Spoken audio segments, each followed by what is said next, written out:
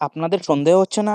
সরকার এতদিন যাদের দেশের গড় বিদেশিদের চক্রান্ত, আম আদমি পার্টিদের লোক বলে দোষারোপ করছিলেন, হঠাৎ তাদের দাবি দেওয়া বিনা শর্তে কেন মেনে নিলেন?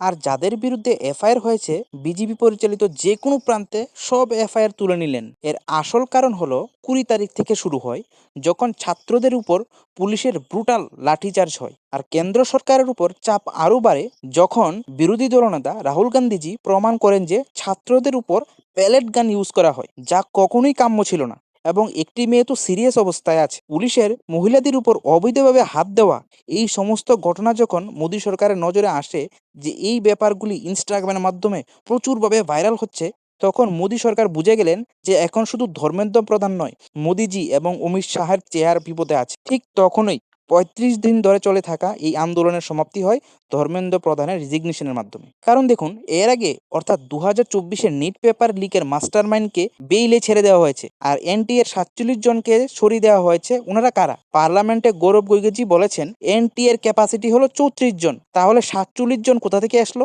আর যদি সরকার এতই সিরিয়াস হয়, তাহলে এনটিএর চেয়ারম্যানকেই কেন ছাঁটাই করা হলো না? উনি কেন পদত্যাগ করলেন না? 2024-এর লিক তো ওনার সময় হয়েছিল।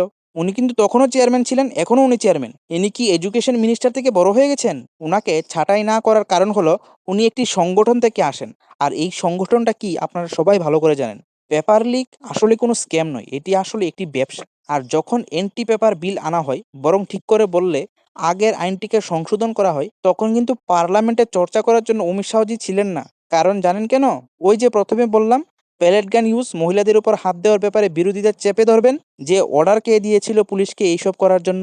আর অন্যদিকে কৃষকরাও চেপে ধরেছিলেন, এই ব্যাপারটা আমি পরে আসব। তাহলে ককরোচ জনতা পার্টির 35 দিন ধরে চলতে থাকা আন্দোলনের সমাপ্তি আসল হলো মোদিজির ইমেজ রক্ষা, যা উনি 12 বছর ধরে কামিয়েছিলেন।